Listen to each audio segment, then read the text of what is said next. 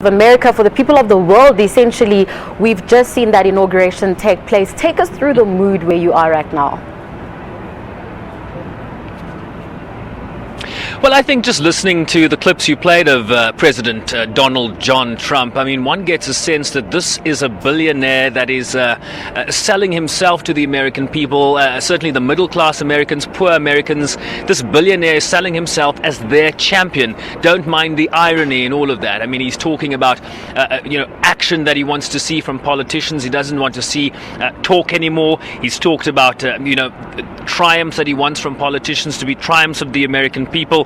And he talked about how little there was for struggling families in this country, really across this land to celebrate. So here you have a billionaire, a very wealthy New Yorker, now the President of the United States, really touting his credentials as a champion for the middle class.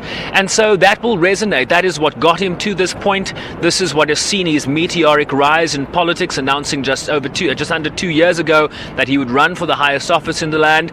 And really, let's not take credit away where credit is due. He has done a remarkable thing here. All the skeptics doubted that Donald Trump would get to this day. I mean, the pundits had Hillary Clinton being sworn in here in Washington today, and Donald Trump has upended the Republican establishment, the party establishment, and hopes to continue to do so as president now in the White House. Now, Sharon, you've taken us through some of what was said today in Trump's inaugural speech, and something that was interesting was some of the analysis we saw before as well as after the speech. Would you say, in terms of what he said, it was what people expected he would say, him, keeping to his message of America first, the protectionism route in terms of economics? Well, I think the question, and certainly on the lips of many analysts that we spoke to, was what will Donald Trump say in terms of being able to bridge the divides that are so stark and so huge in this country. I mean, we can talk about some of the protests that erupted just before the official ceremony on the steps of Capitol Hill behind me got underway. Several arrests have been made. There were scuffles, and it was quite a distraction, getting calls from South Africa saying, "Where are you now?"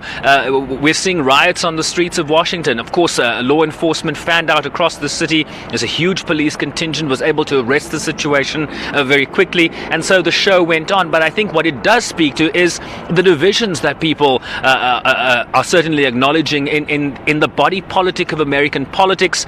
And so we're looking to Donald Trump to see if he would have a message of unity. We didn't see that. I mean, he stuck.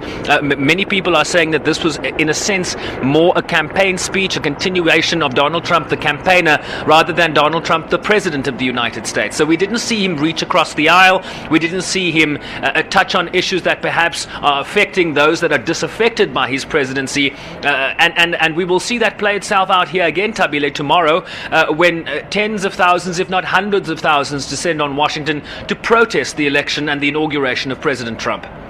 Now, Sharon, you've mentioned the divisions, but perhaps on a lighter note would be to look at the relations between the former president that we saw George W. Bush, Barack Obama. Obviously, we saw him interacting with Donald Trump as they were going onto the platform. What was that like, essentially, for someone who was there?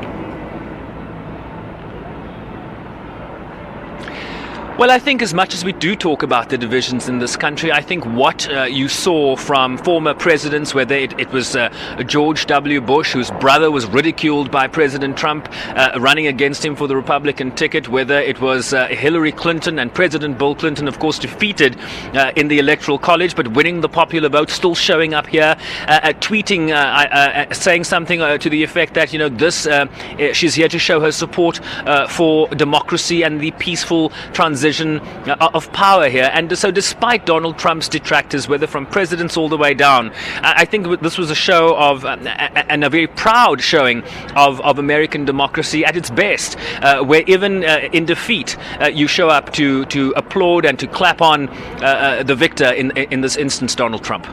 Sharon, we'll have to leave it there for now. We'll definitely be chatting to you a little later on the show. That was our correspondent in Washington, Sharon Bryce-Pease, giving us the latest from Donald Trump's inauguration as the President of the United States.